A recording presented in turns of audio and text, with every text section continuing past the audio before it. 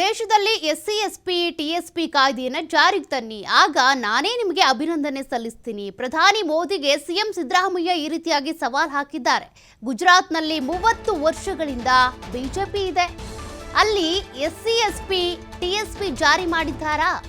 ದೇಶದಲ್ಲಿ ಮೊದಲು SC SP ಟಿಎಸ್ಪಿಯನ್ನ ಜಾರಿಗೆ ಮಾಡಿ ಆಮೇಲೆ ನಾನೇ ನಿಮಗೆ ಬಂದು ಅಭಿನಂದನೆ ಸಲ್ಲಿಸ್ತೀನಿ ಅಂತ ಸಿಎಂ ಸಿದ್ದರಾಮಯ್ಯನವರು ಪ್ರಧಾನಿ ನರೇಂದ್ರ ಮೋದಿ ಅವರಿಗೆ ಸವಾಲ್ ಹಾಕಿದ್ದಾರೆ.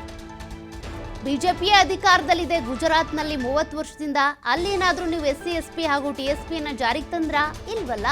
ದೇಶದಲ್ಲಿ ಜಾರಿಗೆ ತನ್ನಿ ನೋಡೋಣ. ಬಿಜೆಪಿ ಅಧಿಕಾರದ ರಾಜ್ಯಗಳಲ್ಲಿ ಜಾರಿ ಮಾಡಿದ್ದಾರಾ? ಎಸ್ಸಿ ಎಸ್ಪಿ ಟಿಎಸ್ಪಿ ಕಾಯ್ದೆ ಮಾಡಿದ್ದು ನಾವೇ. ಎಸ್ಸಿ ಎಸ್ಪಿ ಟಿಎಸ್ಪಿ ಹಣ ದುರ್ಬಳಕೆ ಮಾಡಿದ್ದು ಬಿಜೆಪಿ. ಬಡ್ತಿ ಮೀಸಲಾತಿ ಸರಿ ಮಾಡಿದ್ದು ಕಾಂಗ್ರೆಸ್. ಗುತ್ತಿಗೆಯಲ್ಲಿ ಮೀಸಲಾತಿ ಕೊಟ್ಟಿದ್ದು ನಾವು ಅಂತ, ಹಿಂದುಳಿದವರಿಗೆ ನ್ಯಾಯ ಸಿಗ್ಲಿ ಅಂತ ನಾವು ಇದೆಲ್ಲದನ್ನು ಮಾಡಿದ್ದೇವೆ. ಡಾಕ್ಟರ್ BR ಅಂಬೇಡ್ಕರ್ ಜಯಂತಿಯಲ್ಲಿ ಸಿಎಂ ಸಿದ್ದರಾಮಯ್ಯನವರು ಈ ರೀತಿ ಹೇಳಿಕೆ ಕೊಟ್ಟಿದ್ದು ಪ್ರಧಾನಿ ಮೋದಿ ಅವರಿಗೆ ಸವಾಲ್ ಹಾಕಿದ್ದಾರೆ.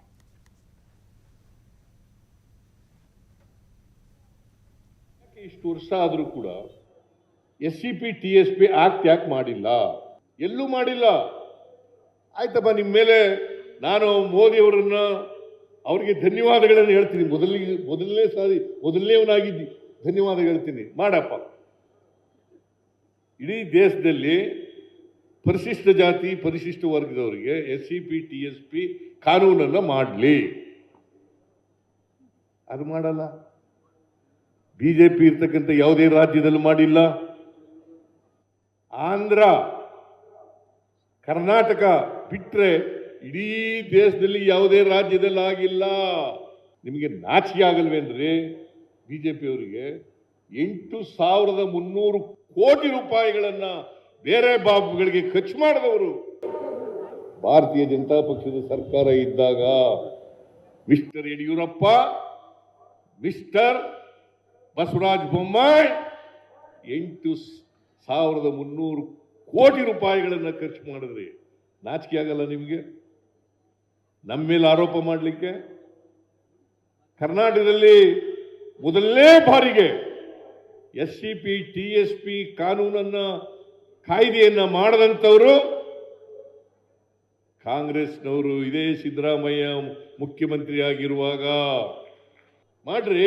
ಬಿಜೆಪಿಯವರು ಸುಮ್ಮನೆ ನೀವು ಕೂತ್ಕೊಂಡು ಈ ವರ್ಷ 42,018 ಕೋಟಿ ರೂಪಾಯಿಗಳನ್ನ SCP TSPಗೆ ಖರ್ಚು ಮಾಡ್ತಾ ಇದ್ದೀವಿ. ಬಡ್ತಿಯಲ್ಲಿ ಮೀಸಲಾತಿ ಇಡೀ ದೇಶದಲ್ಲೇ ಸುಪ್ರೀಂ ಕೋರ್ಟ್ನವರು ಬಡ್ತಿಯಲ್ಲಿ ಮೀಸಲಾತಿಯನ್ನು ತೆಗೆದಾಕಿದಾಗ ಅದನ್ನು ನಲ್ಲಿಫೈ ಮಾಡಿ ದಲಿತರಿಗೆ ಮೀಸಲಾತಿನಲ್ಲಿ ಬಡ್ತಿಯಲ್ಲಿ ಮೀಸಲಾತಿ ಸಿಗಬೇಕು ಅಂತೇಳಿ ಕಾಯ್ದೆಯನ್ನ ಮಾಡಿ, ರತ್ನಪ್ರಭಾ ಅಂತೇಳಿ ಚೀಫ್ ಸೆಕ್ರೆಟರಿ ಇದ್ರು, ಅವರ ಅಧ್ಯಕ್ಷದಲ್ಲಿ ಒಂದು ಸಮಿತಿಯನ್ನ ಮಾಡಿ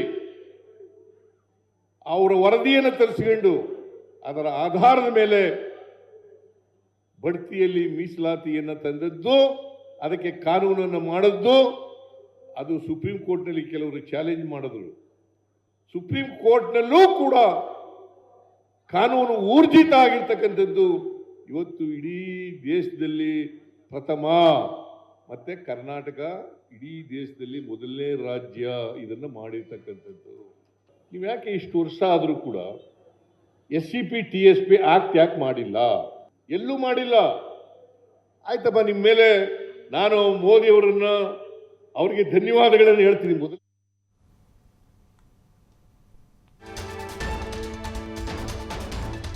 ಇನ್ನು ಇದೇ ಸಂದರ್ಭದಲ್ಲಿ ಬೆಂಗಳೂರಿನಲ್ಲಿ ಅಂಬೇಡ್ಕರ್ ಮ್ಯೂಸಿಯಂ ಅನ್ನ ಮಾಡ್ತೀವಿ, ಮೈಸೂರು ವಿವಿಯಲ್ಲಿ ಸಂವಿಧಾನ ಅಧ್ಯಯನ ಪೀಠ ರಚನೆ ಮಾಡ್ತೀವಿ ಅಂತ ಸಿದ್ದರಾಮಯ್ಯನವರು ಭರವಸೆ ಕೊಟ್ಟಿರೋದು. ಇಡೀ ದೇಶದಲ್ಲೇ ಅತಿ ದೊಡ್ಡ ಅಂಬೇಡ್ಕರ್ ಪ್ರತಿಮೆ ನಿರ್ಮಿಸ್ತೀವಿ.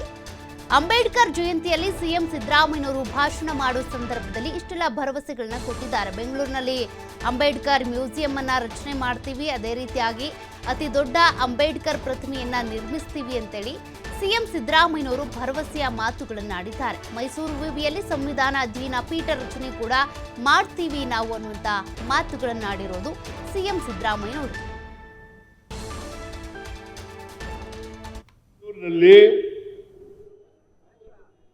ಆಂಧ್ರ ಮಾದರಿನಲ್ಲಿ ಅಂಬೇಡ್ಕರ್ ಮ್ಯೂಸಿಯಂ ಅನ್ನ ಮಾಡ್ತೇವೆ. ಅಲ್ಲಿ ಒಂದು ದೊಡ್ಡ ಇಡೀ ದೇಶದಲ್ಲೇ ಇದ್ದೇ ಇರ್ತಕ್ಕಂಥ ದೊಡ್ಡ ಪ್ರತಿಮೆಯನ್ನು ಕೂಡ ಅಂಬೇಡ್ಕರ್ ಅವರ ಪ್ರತಿಮೆಯನ್ನು ಮಾಡ್ತೀವಿ. ನಾವು ಎಷ್ಟು ಮಾಡಿದ್ರು ಕೂಡ ಅಂಬೇಡ್ಕರ್ಗೆ ಕಡಿಮೆನೆ, ಎಷ್ಟು ಮಾಡಿದ್ರು ಕೂಡ ಕಡಿಮೆನೆ. ಅವರಿಗೆ ಕೃತಜ್ಞತೆ ಸಲ್ಲಿಸಬೇಕಾಗಿರ್ತಕ್ಕಂಥದ್ದು ನಮ್ಮೆಲ್ಲರ ಕರ್ತವ್ಯ. ಆ ಕೃತಜ್ಞತೆಯನ್ನ, ಗೌರವವನ್ನು ಸಲ್ಲಿಸೋಣ ಅಂತಕ್ಕಂಥ ಮಾತುಗಳನ್ನ ಬೆಂಗಳೂರಿನಲ್ಲಿ ಆಂಧ್ರ ಮಾದರಿನಲ್ಲಿ ಅಂಬೇಡ್ಕರ್ ಮ್ಯೂಸಿಯಂ ಅನ್ನ ಮಾಡ್ತೇವೆ. ಅಲ್ಲಿ ಒಂದು ದೊಡ್ಡ